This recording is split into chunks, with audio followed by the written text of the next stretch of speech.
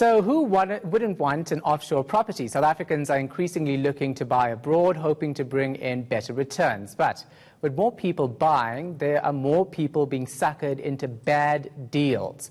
Austen Morris Associates says it's seen increasing cases of panic buying of properties that end up being worthless. So what's driving South Africans to invest offshore, and what should you be looking out for to make sure you're not being swindled? Ian Edwards, Africa Manager at Austen Morris Associates, joins us now for more on this. Thanks so much for your time. Thank you. Appreciate it. So tell us why people are actually panic buying. What's driving that?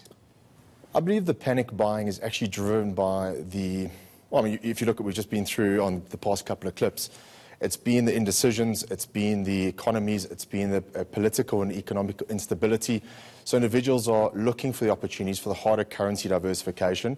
And I think for myself, I look at it and say internet has been both a blessing and a curse. It's allowed individuals to maybe have a second opinion, but it's also allowed them to go into areas that they don't really have a lot of knowledge in.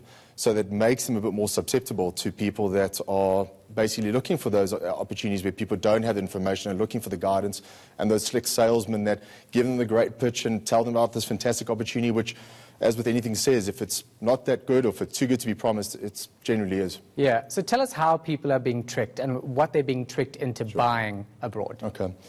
So most of the times when you look at it, it will be the items where it'll be a call or an email or something that will invite them to interact. Could be an opportunity where there's a smaller fee. Let's use, for example, like £20,000 to purchase a piece of land for rezoning or for something along those lines. They'll then do something along the lines of what you deem to be financial grooming, which they'll come back to you and say, fantastic, well, this opportunity is now grown, we need another £5,000. You think to yourself, well, that's only £25,000, I can do that. And they keep going. But what the people haven't done up front is actually look and say, is that actually by the local council the ability to actually be rezoned and be used for proper requirements? Or is it protected land, or it might not even be ready for zoning? Yeah. And then you're caught in a bit of a rock and a hard place, and your only means out of that is litigation, because someone like the FCA, which is the UK equivalent of our FSCA or formerly the FSB, doesn't have jurisdiction. So as an investor in South Africa, what do you do? Yeah. So you'd think that people who are spending so much money and who have so much money would do their research and not fall victim or prey to such things. But why are they? Is it a tricky situation that you can easily, mistake it?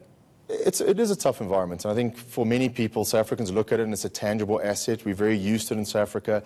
It's done us very, very well over the past 20 years. So it's almost the first entry into the international markets. So looking at it, you kind of say, well, that looks like a great opportunity. Quick Google on the maps, it looks fine. But what you haven't looked at is, for example, the geographic area.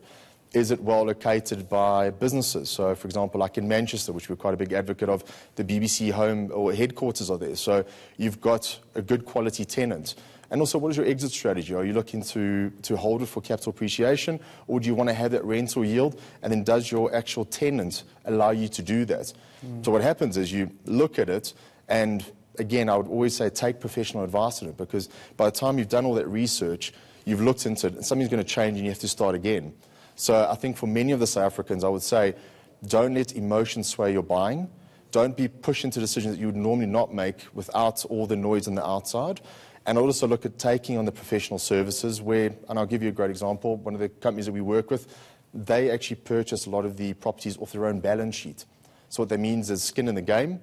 If things don't work out, it means it's also going to be a problem for them, and you won't just be left on the side. So I think those are the type of things where if you look at it, look at the professionals, look at the geographic areas, look at the underlying tenants, and go to people for the professional advice. Yeah. Don't go to the dining room table. All right, so tell us firstly, if you have to be super rich to actually invest abroad, which are the problem countries and which are the countries that are actually places that you should look investing into?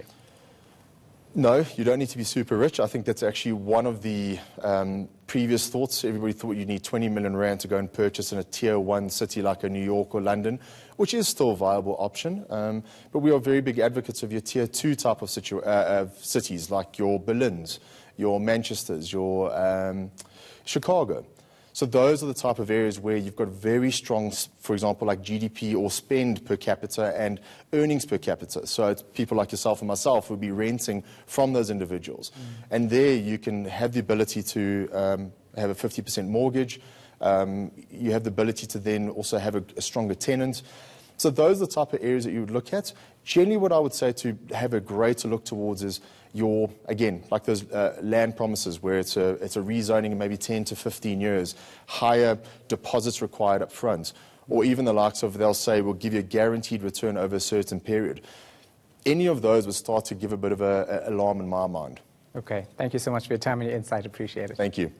That was Ian Edwards, Africa Manager at Austen Morris Associates. Now,